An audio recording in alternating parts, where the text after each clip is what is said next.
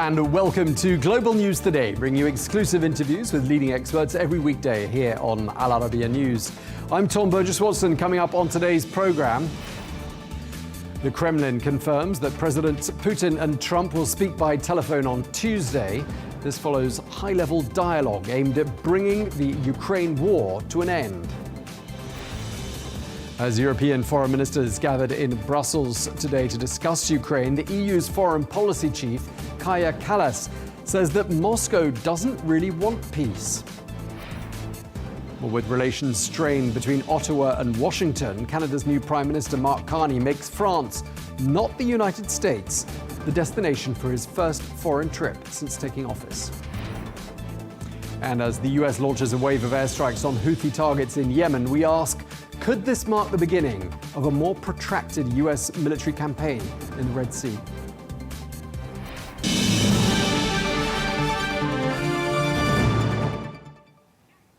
Hello and welcome to the program. The US President Donald Trump and the Russian President Vladimir Putin are expected to hold talks by telephone tomorrow. Well, under discussion, the situation in Ukraine. And in that context, President Trump said that land and power plants will be subjects of discussion. Well, President Trump is also expected to try to win President Putin's support for the 30-day ceasefire proposal, which Ukraine accepted last week. Well, during the course of the weekend, Russia and Ukraine exchanged some heavy aerial strikes. I'll be speaking to President Putin on Tuesday, and a lot of work's been done over the weekend. We want to see if we can bring that war to an end. Maybe we can, maybe we can't, but I think we have a very good chance. And we'll be talking about land, we'll be talking about power plants, because that's up, that's a big question. But I think we have a lot of it already discussed very much by both sides. Well, let's get more analysis. We can speak now to Greg Swenson, the chair of Republicans Overseas. He joins us from Scotland. Thank you very much indeed, Greg, for joining us once again here on Al Arabiya News. Let's just start by talking about these talks between President Trump and President Putin. They're due to take place tomorrow. Does anything worry you about the fact they're about to have these one-on-one talks? No, I think I'd be more worried if they were not having the one-on-one talks. So, there's some history to this, and going back to, my favorite is Reagan and Gorbachev at Reykjavik in Scotland in, I think it was 1986. So, these things are necessary. It's not always perfect. It's not always pleasant, but I do hope that there's something constructive that comes from it. Yeah, I mean, obviously, many in Washington share your optimism about these talks. Europe, however, listening to what's being said in Brussels today, they say Russia isn't serious about peace. Moscow doesn't want peace. I'm wondering if that is an opinion that's also widely held in Washington. It clearly is amongst quite a lot of America's traditional allies. Yeah, I do think that that's a possibility, and I wouldn't rule that out. There's a certain amount of mystery here about what Putin really wants, or what he can be, how he can be negotiated with. So, it's typical of Brussels to go negative because they just really dislike President Trump. I think there's that obvious Trump derangement syndrome, but I do think that is a possible outcome. Yeah, I mean, one of the questions I'll be putting to one of our next guests, who's in Paris, a former French army general, is, this feeling in Europe that actually the Europeans, according to a lot of the numbers I've seen, have actually given more to the Ukraine war effort than America has, just over half of it, America just under half of it. And yet here we have two men, no Europe, discussing amongst themselves what Ukraine's future might be. I mean, it's easy to understand, isn't it, why the Europeans might feel blindsided, to say the very least. Well, I think there are a couple of things. One is that aid, while important, was mostly non-military aid. So obviously the military support from the European countries is completely inadequate and is I would argue, dependent completely on the U.S. But also, this is not a function of, sitting in some multilateral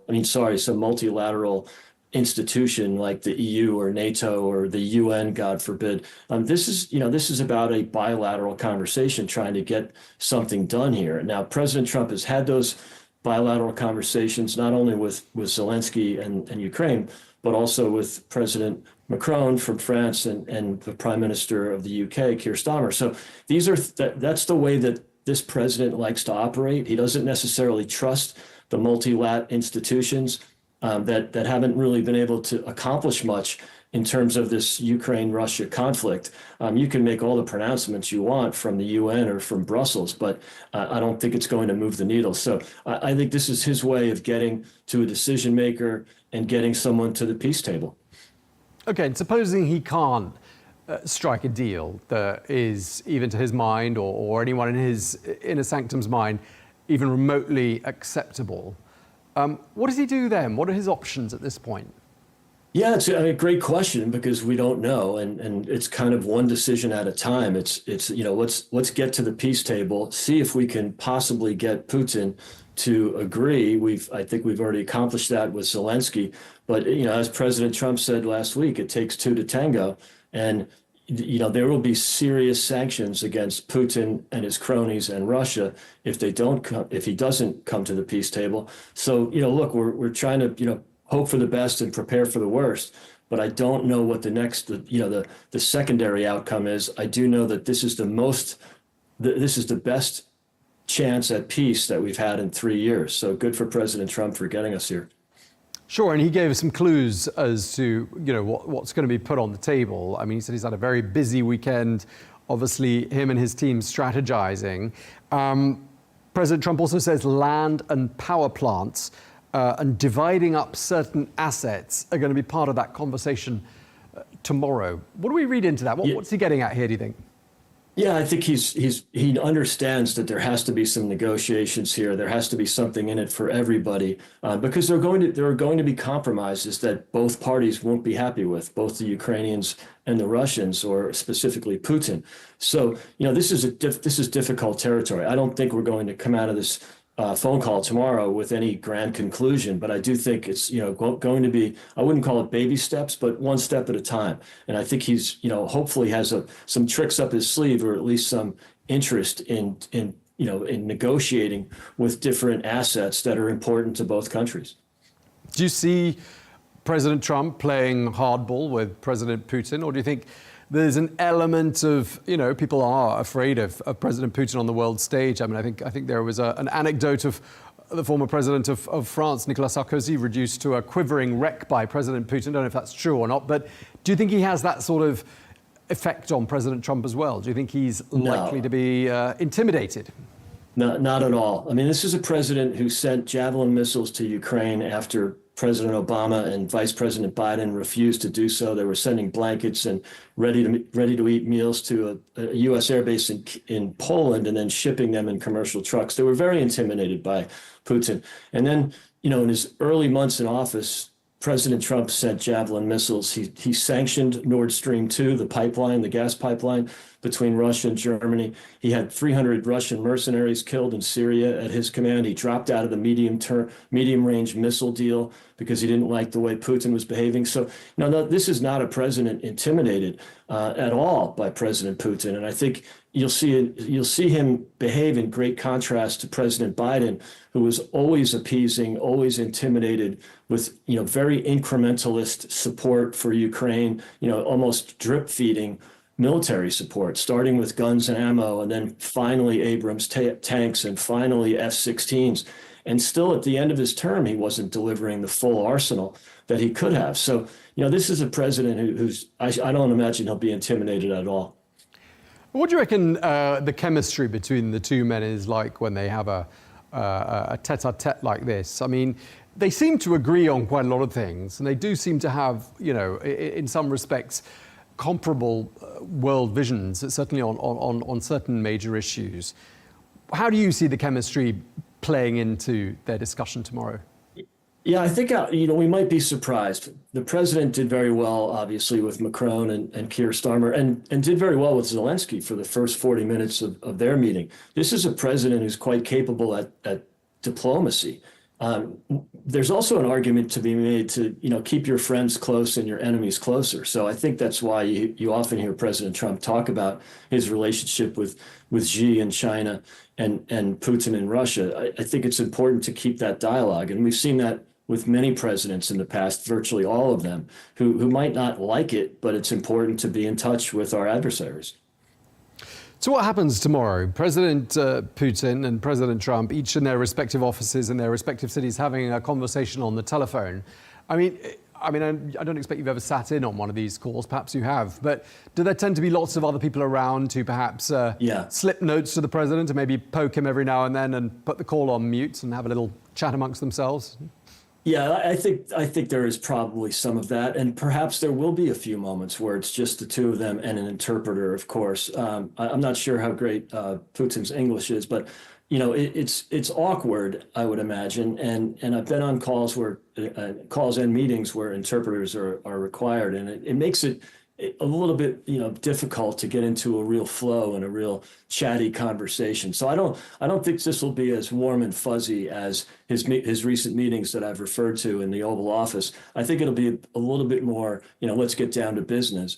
But I'm sure there'll be some niceties, and I'm sure they'll have a chat. But look, I'm agreeing with you. I don't think we'll come out of this tomorrow with some grand peace plan that's completely penciled, completely penned. I think it'll be more progress. It'll be, we agreed to continue with the process and negotiate. And it's good to know that the president is talking about specific assets, because he doesn't want Ukraine to be at a great disadvantage here. He doesn't want Ukraine to come out of here with challenges to their critical infrastructure, challenges to delivering energy to their people. So I think that's wise that he's already talking about that.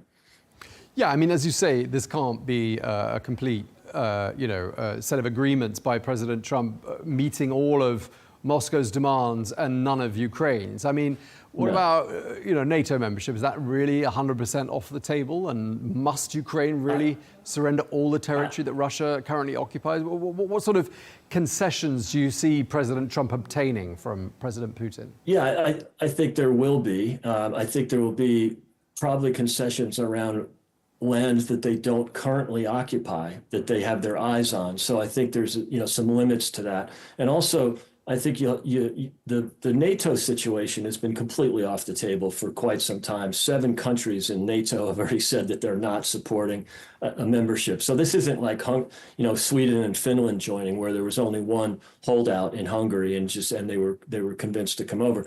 When you have 7 countries with veto power, it's just completely off the table. And it's probably one of the things that sort of inspired this invasion in the first place, as horrible as it is.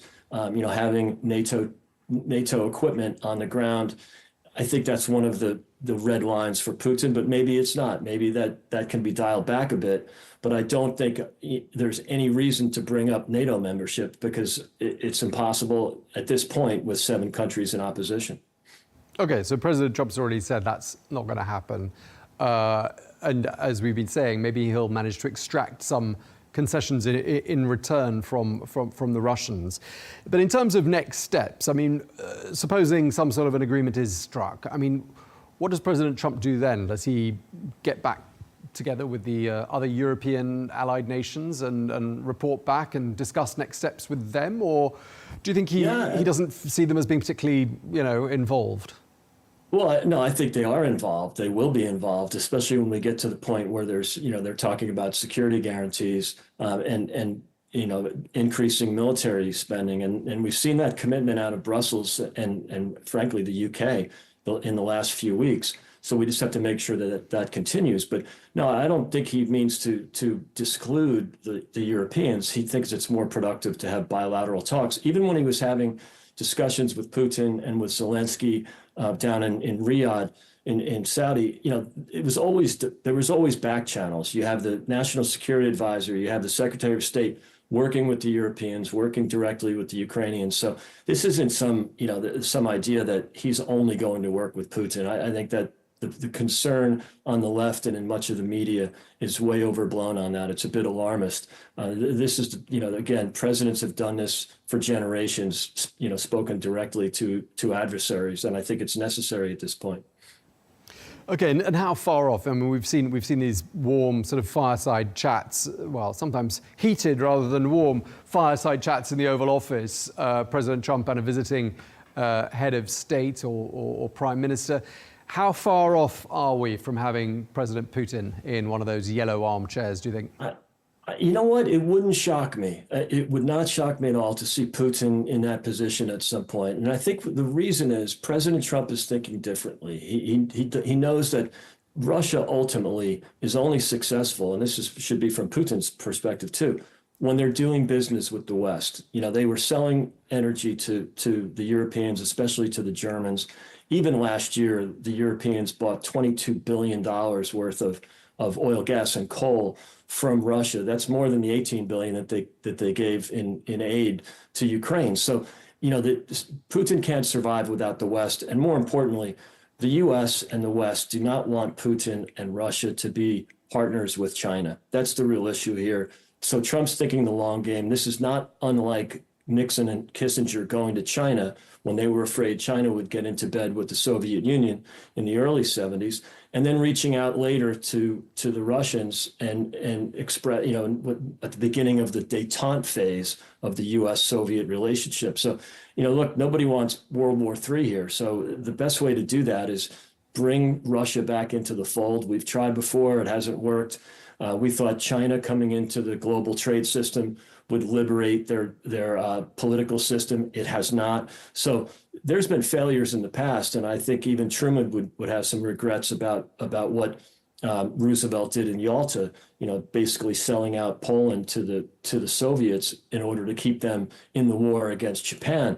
But you know, you have to try, and I think this president is an optimist. He's an anti-war president. He's all for peace. He'll use military strength when necessary, like you saw over the weekend when he took out a lot of the Houthi bombing installations in Yemen. He'll do it. He'll take out the leaders of terrorist organizations, but he doesn't want to get into a boots on the ground war with 19-year-olds coming home in body bags. So I think good for him for reaching out and making sure he's doing everything to keep the Chinese and the Russians apart in the long run and trying to get a path to peace here.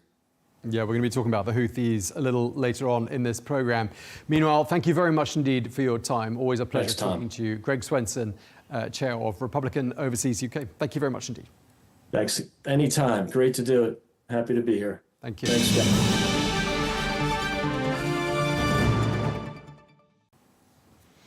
Well, the European Union is not convinced that Russia really wants peace. Well, the EU's foreign policy chief, Kaja Kallas, says that the conditions demanded by Moscow prove that. Well, amongst those demands, Ukraine drop its NATO ambitions, surrender territory under Russian control, and hold a presidential election. That's something that Kyiv views as premature, whilst martial law is still in force. Well, Ukraine was top of the agenda in today's meeting at the European Foreign Ministers meeting in Brussels. Let's listen to a clip now of the EU foreign policy chief. Well, those conditions that they have presented, it shows that they don't really want peace, actually, because they are presenting as conditions all their ultimate goals that they want to achieve from the war. Meanwhile, the Prime Minister of Canada, Mark Carney, was in Paris today, where he held talks with the French President Emmanuel Macron. Well, this was Carney's first official foreign trip since taking office, and it comes in the context of tensions with the United States. Well, the new Premier said it was important for Canada to strengthen ties with what he called reliable allies in Europe. Well, his next stop is London, where he'll be meeting Britain's King Charles III and the Prime Minister of the UK, Sir Keir Starmer. Well, for more analysis, we can speak now to General Dominique Trinquand, who's a former defence advisor to the French President Emmanuel Macron. Thank you very much indeed for joining us, General Trinquand. How do you think the assembled EU foreign ministers feel about the Trump administration's approach to the war in Ukraine and to Moscow in general? Yes, thank you very much for inviting me. The position now in Europe is very, is squeezed between the attack of Russia on Ukraine 3 years ago, or mainly more than 10, 11 years, but really high level of battles since the 3 years. and the fact that the US currently are not really supporting Ukraine, of course, but also the European position. So in between, the European try to find their way to have a more autonomous way of thinking and of being able of defend themselves. It's a long path, but I think that it has been initiated a few weeks ago, and now it's going faster. So can you see a scenario in which Europe and Ukraine reject any deal, perhaps, that's struck between Presidents Putin and Trump and say, not so fast? Yes, I think so. I think it's possible for two reasons. The first one is that probably what Mr. Trump will ask at the end will be exactly what Moscow is asking. So it is not possible. The second thing is that European country put credible means behind Ukraine, not only by providing weapon system and all that, which the Americans are doing also, but they are ready to put troops to support Ukraine, not in the battle, of course, but if there is an agreement. And apparently Moscow refused that, as Mr. Trump told Mr. Macron that he had to understand that Moscow will accept that. So I think Mr. Trump is a bit in a trap where he wants a real fast agreement, and one where Moscow, Mr. Putin, is not very happy about what's happening, and he wants to continue the war.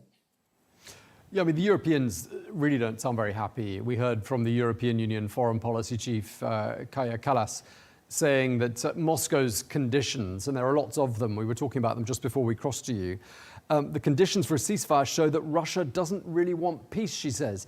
I mean, why do you think she's saying that on the eve of that all-important telephone conversation between President Putin and President Trump? We'll see what's real the two presidents. But up to now, we have been different point of view from the US. When US was negotiating in Saudi Arabia with Mr. The Secretary of State was there. And apparently there was an agreement with the Ukrainian. And when it was sent to Moscow, then Mr. Putin said, yes, I agree to stop the war, but under my conditions. And we know that the conditions provided by Russia are unacceptable. So really the problem will be what will come out from the negotiation between and the conversation mainly, which is not really a negotiation between Mr. Trump and Mr. Putin. The problem is that Mr. Trump is changing every hours of position. So it will be very, very difficult to understand what will happen after this phone call tomorrow. Yeah, of course, the United States has given about half of the aid, well, just under 50% of the aid to Ukraine. Europe's given slightly more than that. And I'm just wondering whether you think perhaps the Europeans are irritated, for lack of a better word, perhaps not sufficiently consulted is how they feel. And, you know, here is President Trump essentially negotiating or talking on behalf of the collective West, which includes, you know, a sizable contribution to the war effort by the Europeans. Do you think that's why they're aggrieved? Yes, I think that Europeans agreed on the fact that they are not part of the deal, not really, a bit, because initially there was no discussion with Ukraine, and they strongly argue that there will be no peace in Ukraine without Ukraine. And so that's a way to be part of the negotiation. Anyway, they understand that for Mr. Trump, they are not important. And they want to show that now they are important in different way, in the economical way, because it's the second or third economy in the world, but also in defense terms, because of course they have been late in increasing their defense budget, but now they are starting to improve that and try to organize their means. So probably the fact that Mr. Trump is so brutal, initiate something in Europe, and I hope so. France have said that for many years, but now it's the reality facing all others European countries. Yeah, so just to pick up on that, I mean, later on in the week, European military leaders will be gathering in London, I believe. I mean, there are these calls for France and the UK to play a bigger part in guaranteeing peace in Ukraine and protecting Ukraine. Is that realistic? I mean, do they have adequate resources to do that? That's assuming the Russians allowed that scenario. Yeah, the first thing we've got to realize that is after 3 years of war, the Russian army haven't defeated Ukraine. And now we are talking about the European altogether. So I think in support of Ukraine, they've got the strength to support Ukraine, which is already facing Russia. The second point is that you're right. There was a meeting last week in Paris, chaired by the Chief of Defense Staff from France and from UK, and that was very important because the link between the two countries after the Lancaster Agreement was very strong and going furthermore than the European organization. And so I think that the meeting this week, in London, will be a planning session, which is very important because you can't wait to have an agreement before planning. You've got to plan, and if you plan, you are able to be part of the negotiation. That's why they've got to go very fast and go to this planning session next week. And then we've got to put into the negotiation, of course, and the planning session, all Europeans which are willing to join UK and France and see what they can put on the table. France have already said that France is able to put a brigade in Ukraine, not to face Russia, but to support the Ukrainian. We'll see what the other countries are able to do. Yeah, it's ironic, isn't it? You've got Britain on the other side of the channel from where you are, looking increasingly towards European allies, and Europeans looking increasingly towards London, hence the venue for those talks, very much singing from the same song sheet. But how would you describe, what words would you use to describe the state of transatlantic relations between Europe and the United States? Where are we? I think it is a necessary link, but a difficult one. I mean that Europeans shouldn't wait every 4 years to know what's the decision of 20,000 electorate in US. They must be autonomous, put burden inside NATO, the European pillar, and then be able to discuss with US and not only to sustain what US is deciding. So I think the link is really necessary, but we must be realistic. Europe is not in the center of the interest of the US. So we should show that we are an important part of the link, not only the US link, but also the European link. And in terms of what's happening on the battlefield and what's happening in Ukraine itself, I mean, there have been some heavy strikes during the course of the weekend, heavy aerial bombardment on both sides. I'm wondering if you think that's a sort of a typical thing to happen ahead of some major talks, as each side perhaps tries to show that it's in the stronger position. Is that something we typically see ahead of this stage in negotiations? Oh yes, certainly, and specifically the offensive on Kursk by the Russian is of major importance for them. They don't want to start a negotiation with a part of Russia which is occupied by Ukraine, and they go further from that, of course, because they pretend that part of Ukraine is already Russian. Anyway, the increase of fighting is something inevitable before a negotiation, but we should realize that, in fact, Mr. Putin doesn't want peace. He wants to continue war because war is a necessity for his way of governing Russia. I mean, he can keep Russia as it is under a dictatorship only because there is war. So if it is not the current war, high-level war in Ukraine, there will be another war at perhaps lower level in the future. And I just wanted to ask you, last of all, General Trinquand, about the visit to France by the Canadian Prime Minister, Mark Carney. I mean, how interesting do you think it is that he chose France, specifically Paris, as his first destination in his capacity as Prime Minister, and not the US, as we have tended to see in the past from Canadian Prime Ministers? What does this say to us? What message do you think he's sending out? I've got very good relation with the Canadian, and I know that they are very upset about what Mr. Trump have said, that you will be, the 51st state of US will be Canada, sorry. So they are very upset. And there is something very interesting, is that the free world now is more concentrating around Europe than around the US. You know, in the meeting last week, we had Japanese, Australian, New Zealand, Canadian, of course. It was amazing.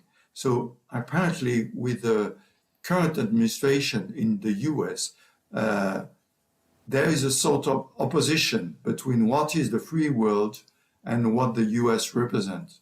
And so I think that this visit by the Canadian was the first step to show that really they are closer on this side of the Atlantic than on the other side. And may I say that the UK has realized that they are on our side of the Atlantic, which is very important.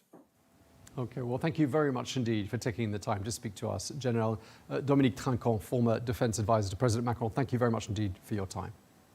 Thank you. Bye.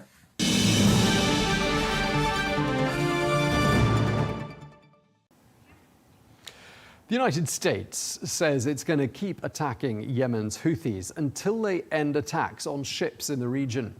Well, this weekend's airstrikes resulted in the deaths of more than 50 people there in Yemen. Well, the Houthi-run health ministry has described these airstrikes as being the biggest US military operation in the Middle East since President Donald Trump took office in January. Well, the US Defense Secretary Pete Hegseth told Fox News that the campaign might continue for some weeks to come. Well, we can get more now from Mick Mulroy, former US Deputy Assistant Secretary of Defense for the Middle East, who joins us now from DC. Thank you very much indeed for being with us once again here on Al Arabiya News. So we've got a situation where the United States is carrying out airstrikes on Yemen. Just tell us what the goal is here.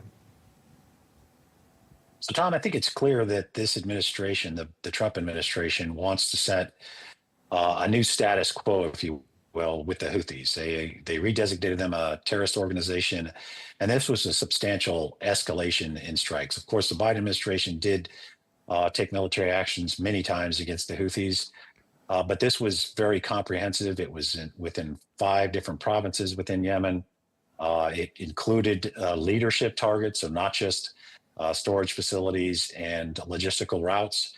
Those were included as well, but also they went right after the leadership. And I think it was meant to set a different standard, if you will, for reaction to the Houthis, as well as send a message to Iran, who we believe supports them with the weapon systems they're using to attack commercial vessels and the U.S. military assets in the region.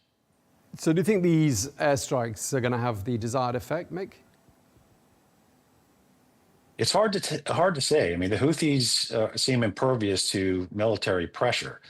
However, they can't essentially attack these vessels without these weapon systems. So if they can use really solid intelligence to get to find out exactly where these weapon systems are being held, deplete them, and also cut off the new supplies, most likely coming in from Iran, they can have all the desire in the world, but they don't have the capability. And that's what I think the U.S. is going for here with these systematic, comprehensive strikes. To include the leadership. Again, if you could take out the leadership, that has a big disruptive effect on any campaign plans they have against either the U.S. They're now threatening partners in the region that house U.S. military assets, as well as these commercial vessels, which is, a terrorist act in and of itself, and certainly has a big impact on the world economy, as so much of the world energy, for example, comes out of this region. So just how significant is the threat posed by the Houthis to international interests, in particular those shipping interests you were talking about just now? Of course, a lot of the reasons why this hasn't escalated sooner is the Houthis hasn't been successful, especially when it comes to attacking U.S. military vessels. If they are, because, at any given time, some of these defensive mechanisms can fail and they hit a U.S. vessel and kill U.S. sailors, this is going to escalate out of control. So I think it's important to point out that reasons why it stayed somewhat in the box is because of the ability to intercept these systems. That also includes, they have hit commercial vessels. They don't have the same capacity to defend themselves. That's why the U.S. military and our coalition partners have been doing that. But it has a serious effect on commercial shipping. They have to take an entirely different route. It adds billions and billions of dollars in expense, which of course is passed on to the consumers that take, for example, energy from this region. And that affects countries as far as the Far East. So this isn't just a regional issue. It certainly isn't just an U.S. Houthi issue. It's a global issue. And I think the U.S. is going to just continue to take the lead in this and potentially escalate to de-escalate is what they say, which basically means get superior military power to the point where the other party backs down. And in terms of the strength of the Houthis, we understand there are tens of thousands of fighters, an arsenal of drones, some ballistic missiles. How strong are they and where are they getting all their weaponry from? Predominantly, they're getting the weaponry from Iran, and many of the things that they use to attack these ships are coming straight from Iran, essentially. And the forensic will indicate that. There is an attempt, I believe, by the Houthis to try to manufacture some of their weapon systems there. It does, in a way, protect the Iranian hand in this. But it's clear from the U.S., all our partners, that they know who is behind this. They are a proxy force, not a direct one. They're not as substantial as Hezbollah when it comes to taking tasking from Iran. But if Iran didn't like what they were doing, they would stop sending them weapons, because if they didn't have that capacity, again, they can have all the desire in the world, but they wouldn't be able to carry this out. And so the clearest indication of Iran's willingness to see this happen is the fact they keep supplying them with weapons. Right, and you mentioned Hezbollah there, and of course, Hezbollah has been quite significantly degraded in the last 6 months or so. The same can be said of Hamas.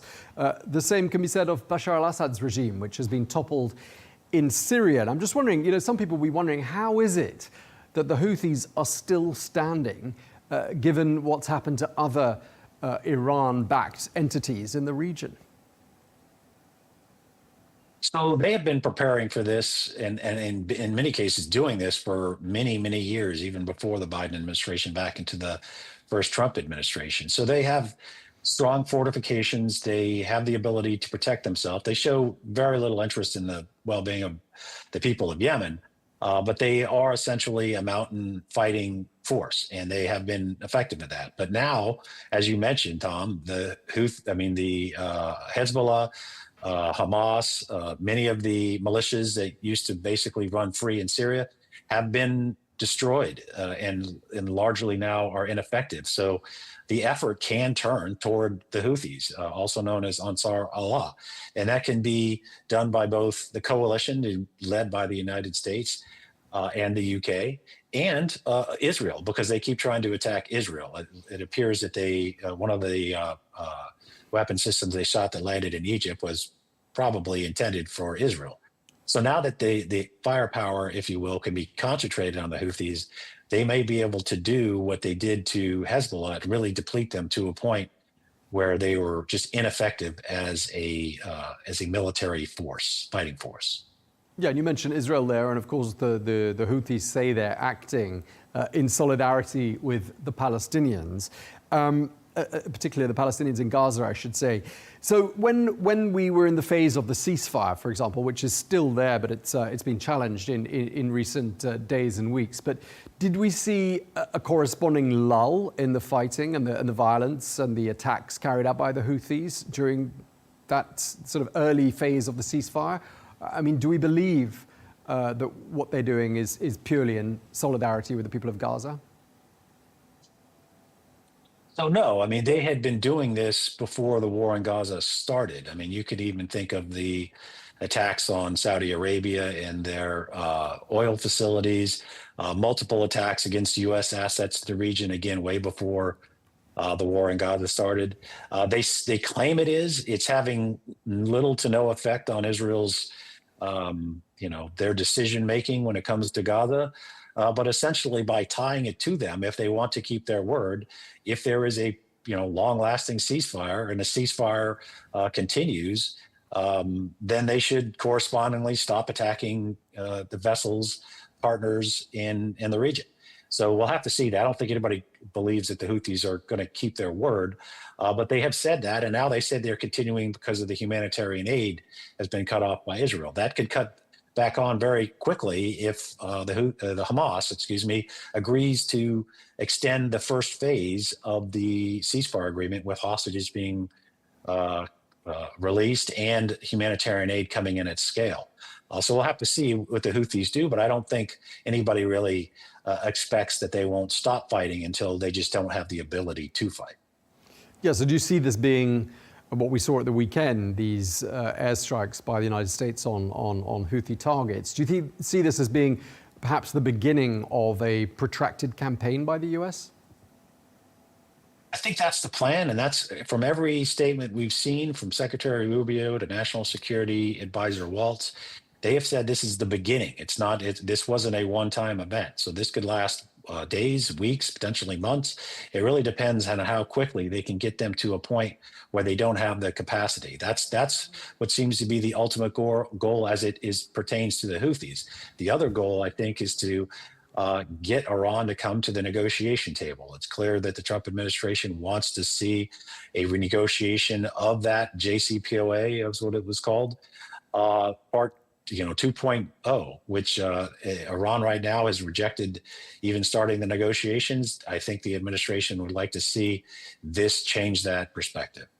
Yeah, I was going to say the Ayatollah Ali Khamenei doesn't sound particularly keen on this idea, just reading the latest reports there. But do you see eventually the Iranians coming to the table and President Trump managing to strike a deal with Iran? And would that in turn put the lid on this violence in Yemen?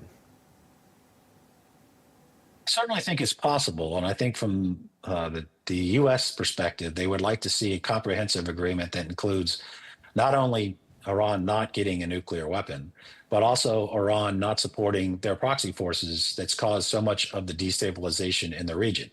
I think if they can get both of those, then on the flip side, Iran should see substantial, if not complete, removal of sanctions against them, which would unleash their population, which is very innovative, very educated, and certainly would do well on the international economic market. And so there's a reason for both sides. And of course, the biggest, I think, gain that we would all have is there won't be a nuclear arms race in the region, and the region, the Middle East, would essentially stabilize because there wouldn't be all these, support of these, Hamas, Hezbollah, the Houthis fighting basically on the side of Iran without any attribution. So certainly the region has a reason for wanting this to happen, and so does Iran. This could really help them regain their economy and join, the International League of Nations. And just lastly, I mean, how would you sum up the Trump administration's approach to Iran and its proxies? What are your sort of forecasts for how the next 3.5 years or so could unfold? So I think we're at a fork in the road. I think the Trump administration, which has always been hawkish on Iran, more so than, say, the Biden administration, will want to use pressure like we're talking about to get Iran to essentially come to the negotiation table to end this destabilization activity and to really, with validation, not seek a nuclear weapon. If they don't, I could see this escalating to direct military action by the U.S. against Iran if they believe that they're on the verge of acquiring a nuclear weapon, and Israel for that matter. If it goes the other direction, diplomacy, this could be very good. There could be an agreement that's beneficial to both sides on this, and certainly to our European partners and our partners in the Middle East. It really is going to come down to, I think, the Ayatollah and the leadership in the Iranian regime, whether they're willing to do this or whether they're going to face what could be overwhelming military force. And they've already showed they're really not capable of standing even against Israel when it comes to conventional military force. So we're at a fork in the road, and hopefully the fork that they take is toward diplomacy and integration back into the world economy. Okay, well, thank you very much indeed for your time, as ever. Mick Mulroy, former US Deputy Assistant Secretary of Defense for the Middle East. Thanks again.